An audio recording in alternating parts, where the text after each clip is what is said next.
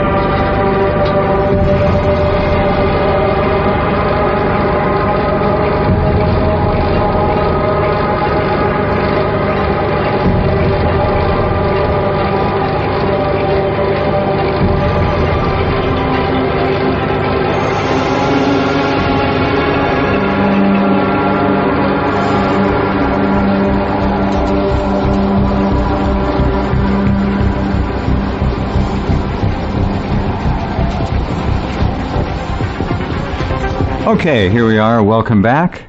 It's Tuesday. It's the last Tuesday of the month, and in fact, from now on the last Tuesday of the month, David John Oates will be here to do a special new reverse speech program. Hello, David. Are you there?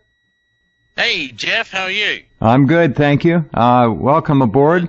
Tell our audience about the program, what we're going to be doing, and you can introduce your co-host. Yes, I can indeed. All right, well, this is going to be a whole new avenue of reverse speech that we are starting to move into, thanks to a new associate of reverse speech, a private investigator in Toronto, Canada, named Christian Cadieux. Now, Christian has been involved in reverse speech for about 4 years now. He's almost finished the part 2 of the training course, the analyst reverse speech course. So, I've just spent 2 weeks with him in Canada, had an amazing time, and he's wants to.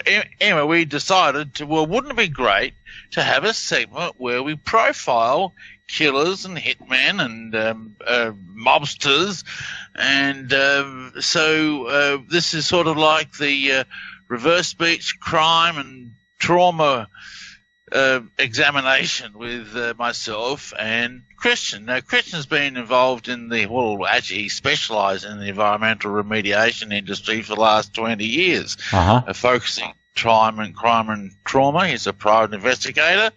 He specializes in several disciplines: forensic, senior criminal, and forensic, criminal, and also paranormal.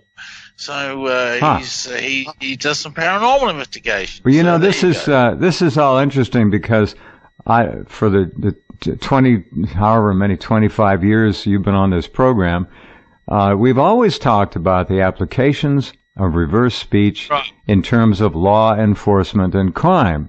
It's an invaluable tool, and there has been work done with it. And so now here's Christian, who is a PI and has had extensive experience with criminals, criminality, the dark side of society, and how reverse speech can integrate with that. Christian, are you there? Yes, I am. Hello, Jeff. How are you? I'm good, thank you. Welcome aboard. Nice to talk to you. Likewise. Thank you so much. It's a pleasure and an honor to be on your show. Thank you. Christian's last name is Cadieux, Cadieux en français, and Tell us about your background, Christian, a little bit. How did you get involved with criminals and criminality and the paranormal? And that's not a disjointed threesome by any means at all. No, it's eloquently stated. Yes, you're absolutely right. Well, Jeff, back in the day, after university, I found myself down in the U.S., and I joined a company there that was performing crime and trauma scene remediation and decontamination, which is a separate segment of environmental remediation. So tell us, Christian. Excuse me. Yeah. Criminal scene remediation. What does that mean in English? Okay. Well, essentially crime scene cleanup, crime and trauma scene cleanup. So after there's been a homicide or a suicide or a natural death, we are contracted by certain organizations in order to enter the environment and decontaminate and sterilize the environment and restore the environment back to a state of it, back to its original state where it no longer poses a threat to humans and pets.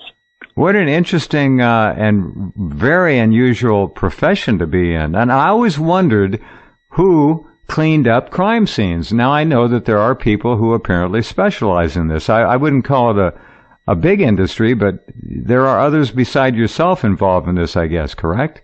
There must be. Yes, there are. Yeah, there are. And it's progressively becoming more and more well known. A huge challenge of mine back in the day was certainly public awareness. Yeah. And letting individuals and educating the public that there are these types of services that are readily available to individuals.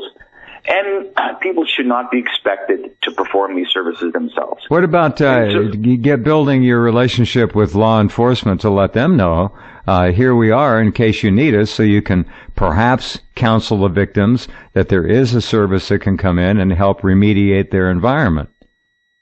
Exactly, and that's the different law enforcement agencies that we market ourselves to certainly do encourage individuals to use our types of services from different companies, of course. And yes, you're absolutely right. Law enforcement to insurance adjusters to property management, funeral homes, lawyers, estate lawyers, family law firms, et cetera, et cetera. All right. Now, the word that caught a lot of interest earlier was paranormal. All right. Let's say you've got a murder. We don't need to get into ghosts necessarily, but the idea that there is energetic imprinting on a crime scene is not something that should surprise many people. Is that the kind of thing you're talking about when you mention paranormal? I'm so glad you said it just like that, Jeff. And yes, that is exactly what I am referring to. More cases than not. The level of negativity or traumatic types of energy that surround the environments that we work in it's always there. Now, some more so, some cases, some environments more so than others, but nevertheless, the traumatic energy that surrounds these environments, it's extremely evident. And sometimes our investigation will then take us to the remedial standpoint. After so many years, I've studied the algorithms of specific paranormal activity that has now given me a scientific methodology on how to permanently remediate and remove them from the environment. Huh. When you go into a crime scene, I guess after all this time, can you sense the level of energetic imprinting, let's call it that, and just leave that. And I would assume some crime scenes probably don't have much, but maybe others, as you mentioned, are just dripping with it. What do you sense when you walk into a crime scene? I mean, see, look, let's be honest. Somebody gets shot or commits suicide, blows his head off. You got a hell of a mess in there. This is not something the cops clean up, okay? No, you're absolutely right. You're absolutely right. You know, if it's a homicide, if it's a self-infliction, yes, you're absolutely right. There are definitely there are telltale signs. There are also different pieces of equipment in the event that we suspect something that we will in fact utilize in order to determine if there is in fact any types of entities or activity in the environments that we're working on. But you know what, Jeff? Where it becomes a real situation is when I'm called in to decontaminate and sterilize an environment that was used for satanic ritualistic practices or occult practices. This is where things get completely, this is a whole different ballgame. When we're called into that is something that I can't begin to even explain like our saying for our paranormal division, there are things that go bump in the night, and we're there to bump right back. And it's the truth. It really is. I mean, these environments are just so overwhelmingly powerful with negativity that certain measures have to be taken. I would hasten to add that the satanic aspect is probably much more prevalent and common than most people would think. We live in at least a satanic backdrop of a planet, and some would suggest it's not a backdrop anymore. It's moved to the foreground. We've got a lot of evil here, and it is all over the place. Yeah, this is very true. And you know what, Jeff, I will tell you something. David knows this because I was communicating him while I was there. About 2 weeks ago, maybe 16 days ago, I just got back from spending a week in Cefalù, Sicily. And I found myself in the Abbey of Thelema at nighttime, conducting the very first recorded ever paranormal investigation at Aleister Crowley's Abbey of Thelema. And I actually slept there, and I'm the first person that I'm aware of that has conducted these types of investigations. And you know, I'm on this quest to find out from a paranormal investigation if, in fact, Crowley did impregnate Pauline Robinson. And this is my objective. And I'll stop at nothing. I will spend as many millions as I have to in order to determine this. But I probably will be going back shortly in order to gather some more evidence. But it was quite the wild experience. And this is one of my objectives from a paranormal standpoint, to see if I can get any evidence that will determine whether or not Aleister Crowley impregnated Pauline Robinson, who, as people may or may not know, gave birth to Barbara Bush. Barbara Bush, yes. And by the way, that's a great article that you have on your website regarding the whole history going back to V and the Venetian intelligence and the big conspiracy there and the big hoopla that happened in Europe. Yeah, well, we got a lot of wonderful things at Rense Alt News for people. All right, David, reverse speech is not paranormal, although it might seem like it's paranormal to some. It's a hard science, and we've always approached it that way. Now, I'll let you go ahead and let's step into this first program. Christian is with us, and you're there, and we're going to take a look at Jeffrey Dahmer, one of the most evil names in modern or contemporary history. Go ahead, David. Yes, we are going to do Jeffrey Dahmer, but before we do that, I have one reversal. You asked me to get some stuff together, but if there are any hot political reversals, we always want to dump that in. This is hot off the press. I mean, this is like, you can't get any hotter than this, and this is like one of those reversals where it's like you can't make it up. And Naomi's getting ready for the next show, right? And, she finds this reversal on Jared Kushner. So here's the forwards. Whole body of work, and you'll see that a lot of progress is made on a lot of fronts that don't get covered every day on CNN. And the backwards, he says, "Daddy's suing the girl. We are wolf." Daddy's suing the girl. We are wolf. useful for all both. You hear that? Yeah, I do. Oh, yeah. Yeah, I heard that. So Naomi sends me this reversal, and 10 minutes after I get it, Fox News announced that Donald Trump suing Stormy Daniels for $300,000 in legal fees.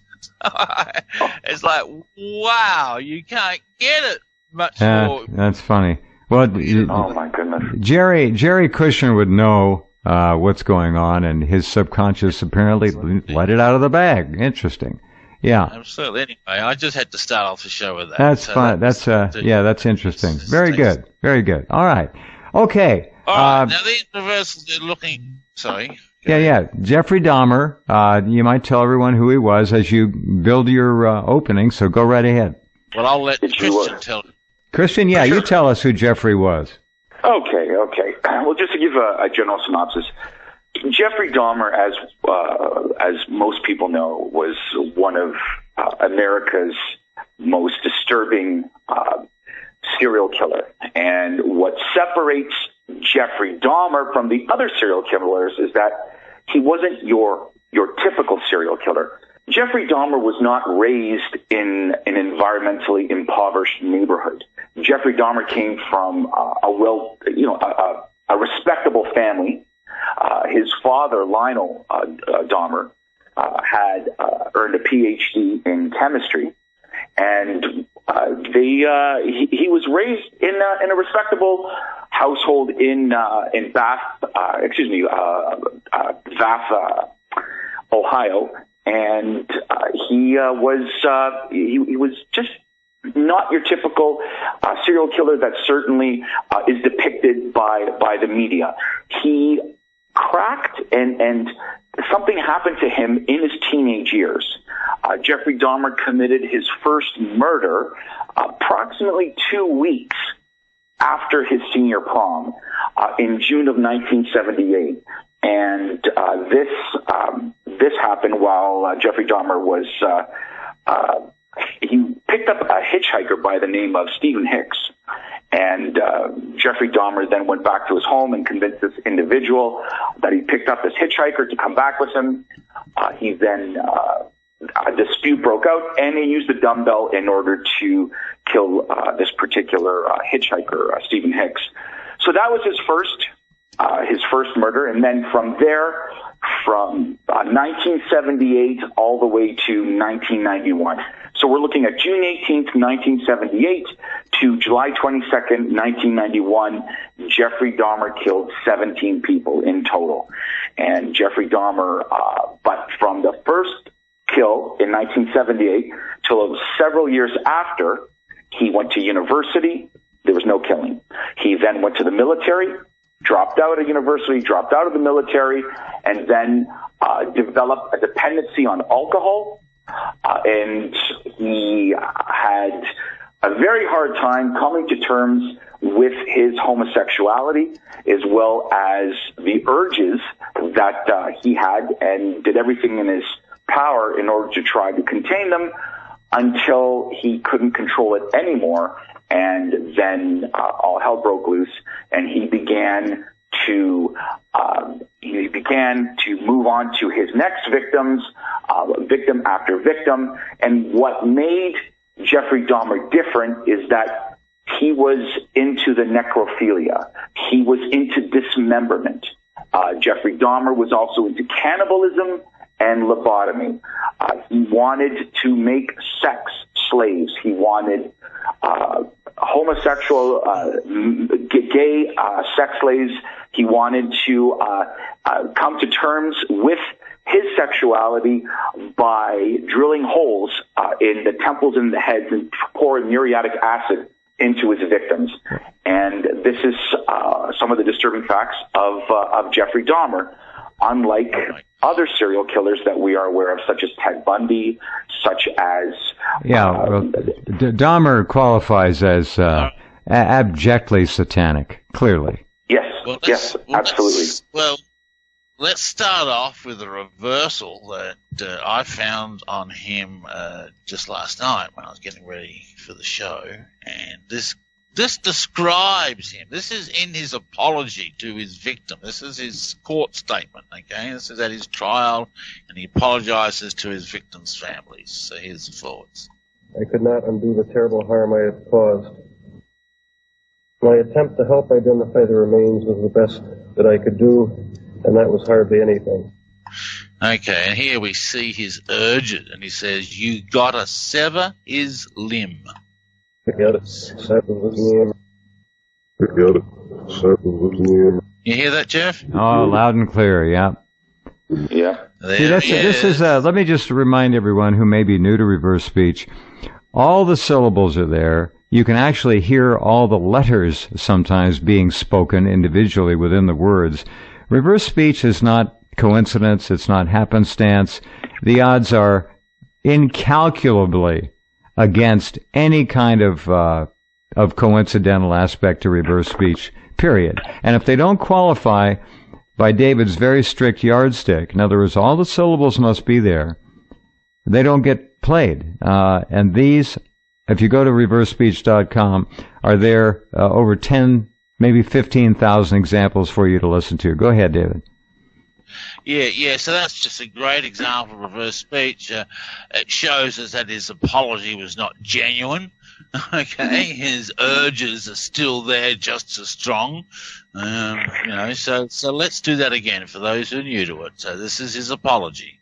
I could not undo the terrible harm I have caused. My attempt to help identify the remains was the best that I could do, and that was hardly anything. Now you got to sever his limb. Forget it. Sever his limb. Oh. Forget it. Yeah. Perfect reversal. Yeah. Yep. Well, there you go. So. And you know what's interesting about this, Jeff, is that this is the first time that I'm aware of, and David's aware of, that reverse speech has been used to dive deep into the unconscious mind of a serial killer. And it's the debut of this reverse speech technology being used specifically for understanding the minds of serial killers is debuting on your show. And I just think this is great. I think it's amazing because it opens up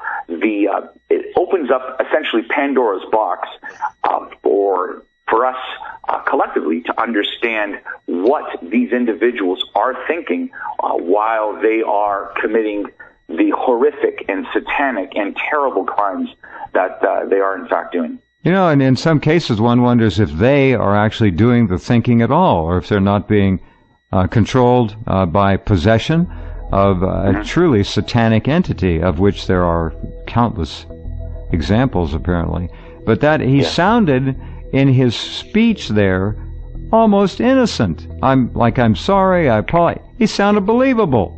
That's a true psychopath. Or someone who has MPD, DID, multiple personality disorder, and is actually shifting gears and is in a different personality. I don't know how to read it, but there are a lot of potentials there. Would you agree, Christian? You hit it right on. Oh, yeah, you hit it right on. I couldn't have said it better. Jeff, honestly, you hit the nail on the head. He was diagnosed with borderline personality disorder, also schizotypal personality disorder, and psychotic disorder. He was diagnosed with those three. Wow. All right. Okay, hold on a minute. David and Christian and I will be right back with more examples of reverse speech and its application to the world of criminality.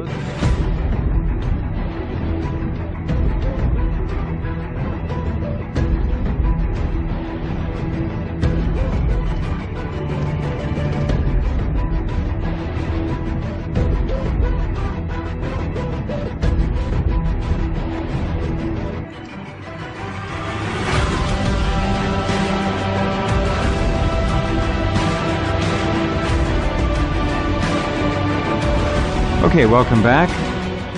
Jeff and David and Christian, and we're talking about reverse speech and the world of darkness, crime and criminality, and more. All right, David, onward. That was a stunning reversal on Jeffrey Dahmer. Yeah. Okay, talking about a world of darkness, let's look at a dark reversal on Dahmer as we delve more into his mind. This is a bit of a long one, but I think it's appropriate to play at this time. So here is the forwards from one of his TV documentaries, I believe. I wish I just kept on going, but I didn't. Turned around, picked him up, and that's when the nightmare became a reality. Okay, so this was his first victim, David Hicks. That's correct, right? Yeah. Chris? Yeah. Okay. So we already heard the reversal. You got to sever his limb. Okay, so he's driven to do that, and in this reversal, so it's a fairly long one. But I know with my hex said Yeshua. I'll play it. It's a metaphor, then I'll tell you what it means. But I know with my hex said Yeshua. Oh. That's clear as day. You hear that one? Yeah, I do. Yeah. And for our listeners, the reversals are coming from the subconscious mind of the individual. When we speak forward, our subconscious is using the sounds of forward speech in reverse to speak as well. Go ahead. Right. Yeah, exactly correct. Okay, Yeshua is a common metaphor in reverse speech. It's the Hebrew name of Jesus. Hex is a curse, a demonic force, you could say, a negative spiritual force. Yeah. So he's saying that Jesus is saying that I am hexed. Jesus has condemned me. I'm damned. I'm condemned. And I'm driven by this insane hex. Does that make sense? And that again, for our listeners, is what his subconscious is giving up. That's what his subconscious is saying. And it's as close as we can get to the ultimate reality of somebody, their subconscious, which does not lie. Go ahead. Right. Okay, so on this thing of his hex. Yeah, that's wild. Another reversal about talking about his soul. Here's the forwards. And would never have to deal with the consequences. And so things just progressed from bad to worse. And it says, soul dead. Sure was that. Yep. Yeah. And he's cursed, and a dead soul. Okay? Yeah. Pronounced himself dead at the soul level. That's pretty damn interesting. That really is. Yep. Pretty intense. Now we get a little bit of insight into his psyche. Here's the forwards. Go out in the woods and sulk, brooding, wondering why they had to have such a rough relationship. Okay, so let's talk about his parents. His parents had a what were he? Tell me about his parents' background, Christian. What the parents fought? His parents didn't separate till Jeffrey was much older, so he certainly had the unfortunate experience of listening to his parents argue and fight, and then lead eventually to the divorce. Now, clearly, he had issues with that, but it didn't happen in his early years. It happened in his adolescence or in his teenage years when his parents separated, then eventually divorced. Okay, so he's saying, I used to go out into the woods. And backwards he says, I'm near no one. I'm near no one. I'm near no one. I'm near no one. Or it could be, I knew no one. Hang on, let's play that again. I'm near no one. No, you got it.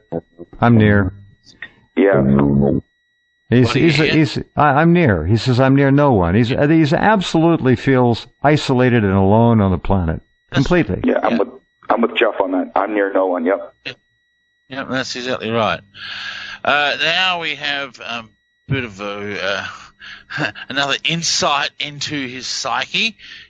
So here we go. Feeling in complete control, at least for that situation. Creating my own little world where I had the final say, where I could completely control a person. Okay, this uses another metaphor, so it's going to need to be explaining. It says, our whirlwind, I am the... Gee, do I say this word on the air? D, male organ. Okay, our whirlwind, I am the D, male organ. Feeling... Oops, sorry. Right, okay, so here we go. You hear that one? It's very, very quick at the end, but I think I got it, yeah.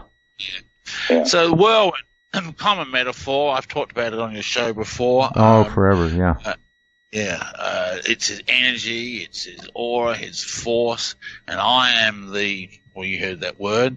He identifies himself with that male energy. There's that male masculinity, that homosexuality coming out too, which is what the Christian said.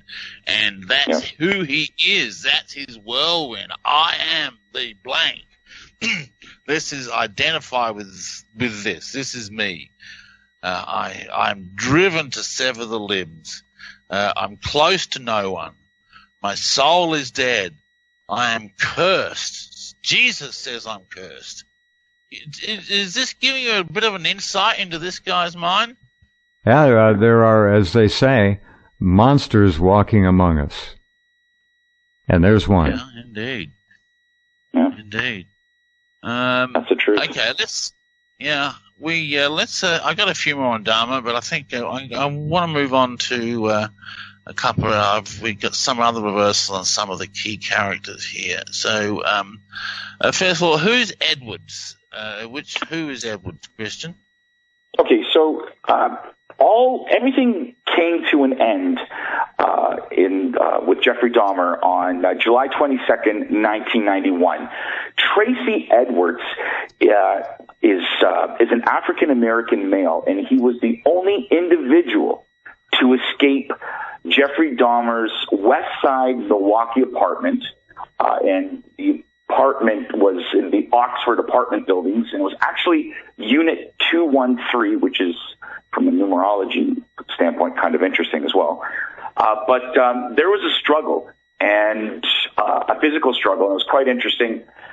Tracy Edwards was the only individual to escape, and Jeffrey Dahmer actually approached him and offered him money to pose as a model in his apartment, so Jeffrey could take pictures of him. And that was how Jeffrey Dahmer got Tracy Edwards to his apartment.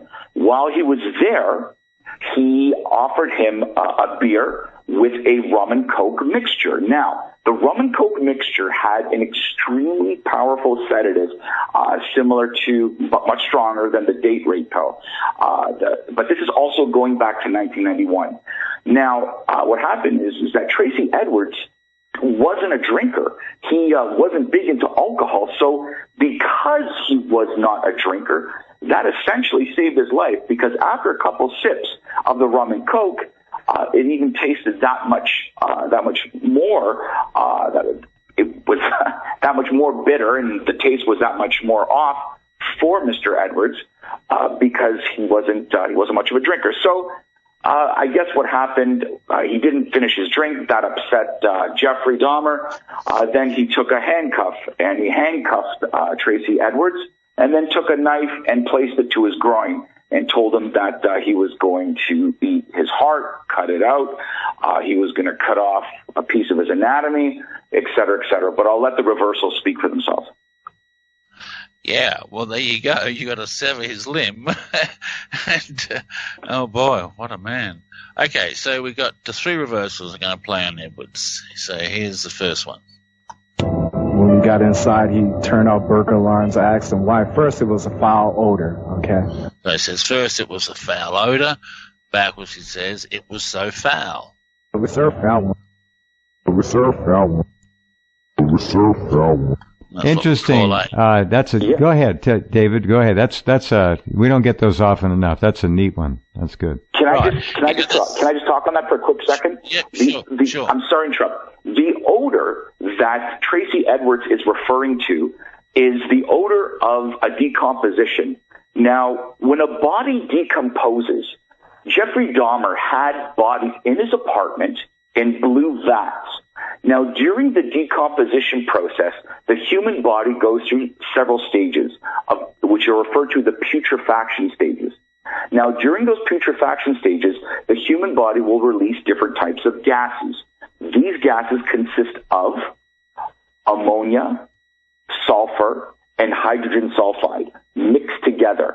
And this is why Tracy Edwards referred and kept mentioning about the odor, because it was so disgustingly vile that it's something that he picked up right away. It must have hit him, bang, just like a brick wall. When we walk into a decomposition where someone or an individual, the deceased, has been in an environment for a week to 6 months to 3 months, it's the same odor. Now, this odor, this gas, was leaking out of the blue vats in a one-bedroom apartment in this particular complex. Sorry, I just have to say that. Oh, all right. Yeah. Okay, so David, that's what we call a congruent reversal. That's where he's saying the same thing backwards as he is forwards. Okay. So, I mean, exactly. For you newcomers, that is the hallmark. Go ahead. That's what we're looking for.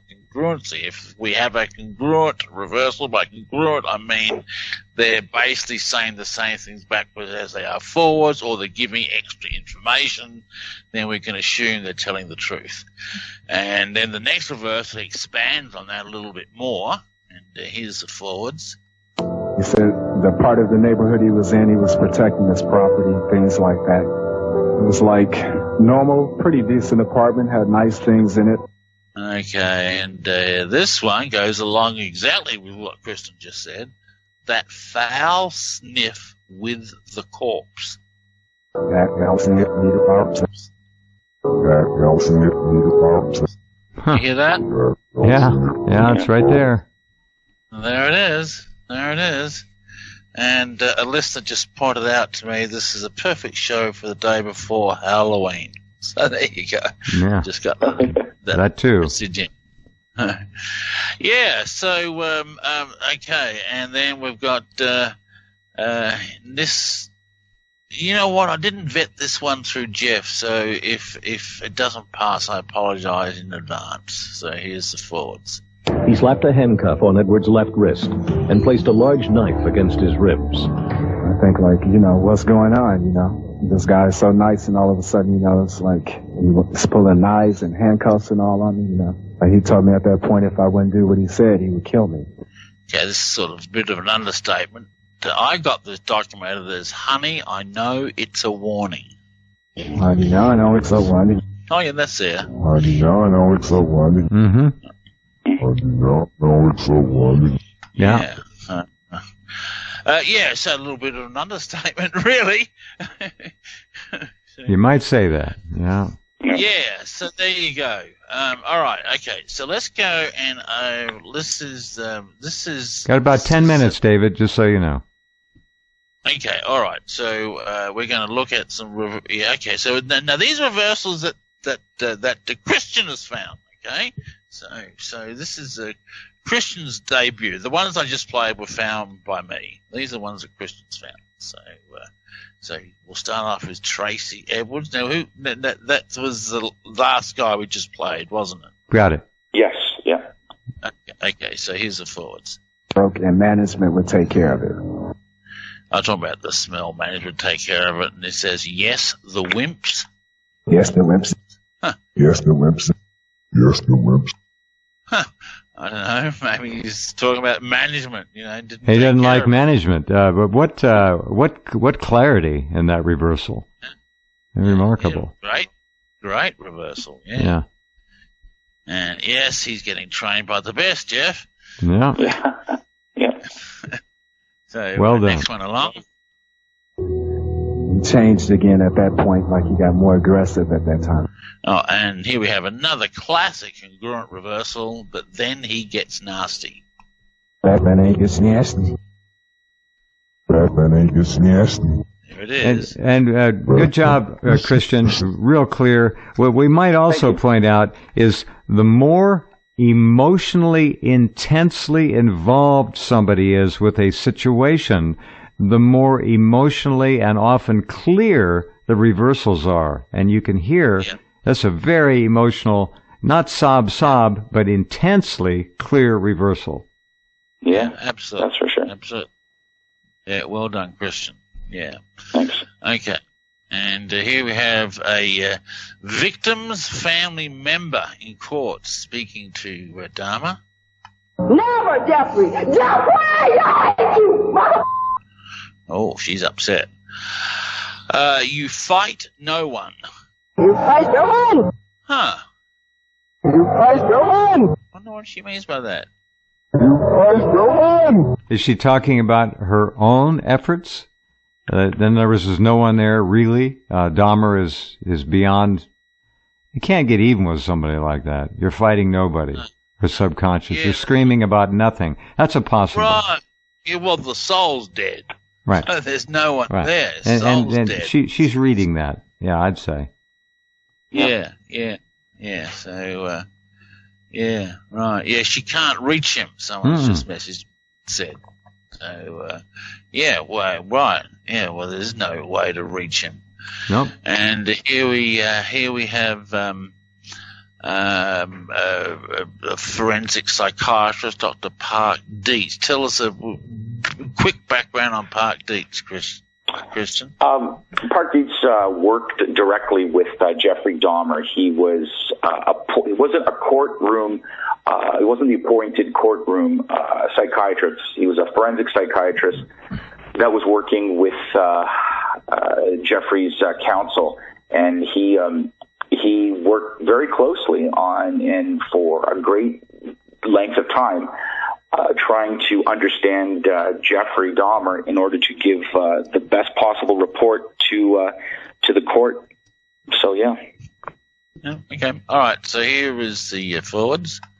He became conditioned accidentally to thoughts of violence and control and mutilation.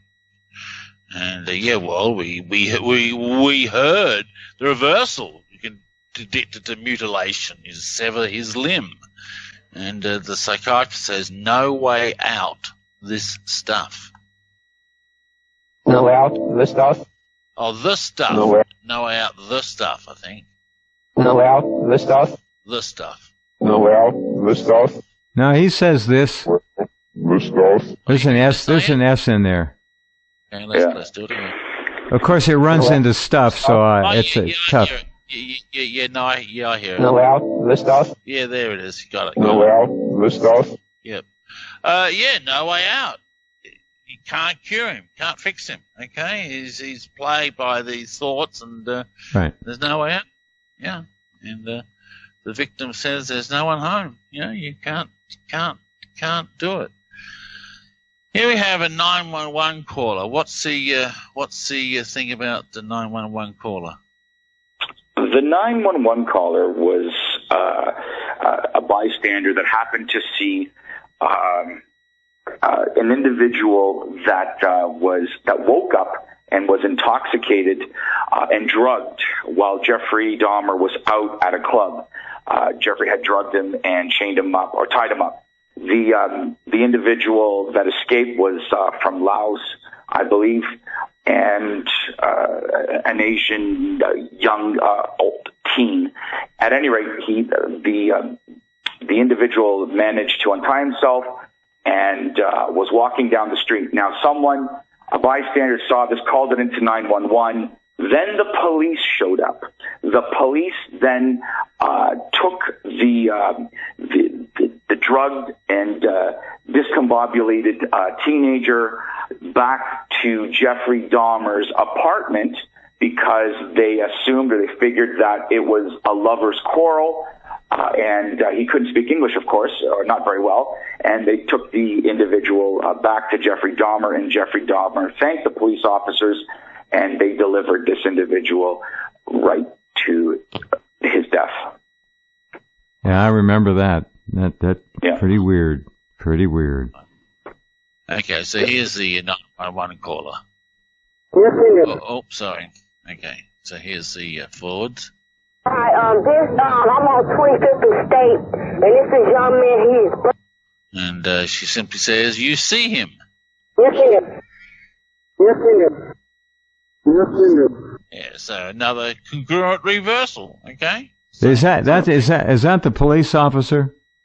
No, that's a lady in the neighborhood who was I don't know what she was doing, but for whatever reason, she happened to be at the right place at the right time to see this individual walking. She went to the payphone and dialed 911. I got you. Very good. Wow. Okay. And I think we got time for one last reversal. This is the prosecutor. Did he still have the knife? Yeah. Now, Jeff and I were actually discussing whether this says beyond the ballots or beyond the balance. So anyway, when I have little things like this, as you know, Jeff, I'll bring it to the air and let you all decide, okay? Beyond the balance or beyond the balance? Beyond the balance. Beyond the balance.